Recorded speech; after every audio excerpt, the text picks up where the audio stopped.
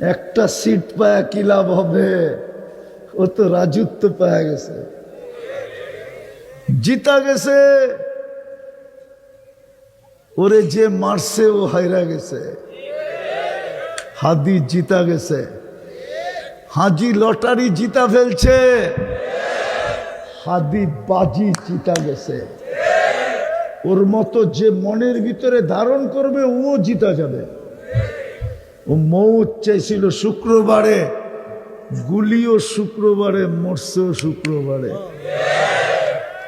ও জানতো শুক্রবারে মরলে বেনিফিট কি। হায় হায় হায়, শুক্রবারে মরলে কবরের আযাব হয় না। হায় হায়, ও জানতো, ও ট্যালেন্ট ছিল। হ্যাঁ, এই জন্য বাজি জিতা গেছে।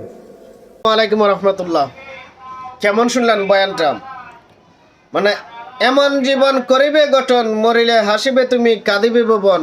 এমন জীবনই গঠন করে গেছে আমাদের শহীদ উসমান বিন হাদি ভাই। আল্লাহ তাআলা ওনাকে জান্নাতুল উচ্চ মাকাম দান করুক। আজকে ওনার জন্য আলেম ওলামা, সাধারণ আমজনতা সহ প্রত্যেকটা মুসলমান নরনারী চোখের পানি ফেলে।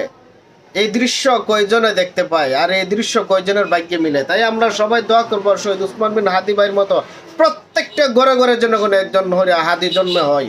আর যাদের ঘরে এখন নতুন প্রজন্মে আসবে, প্রত্যেকটা ঘরে যেন একজন করে হাদি শহীদ উসমান হাদি বিন নামে রাখা হয়। মানে শরীফ উসমান হাদি এমন নামটাই যেন রাখা হয়। নামের একটা আসর আছে, এই আসরটা পড়বে ইনশাল্লাহ। যদি ভিডিওটি ভালো লাগে সবাই শেয়ার করবেন। আসসালামু আলাইকুম।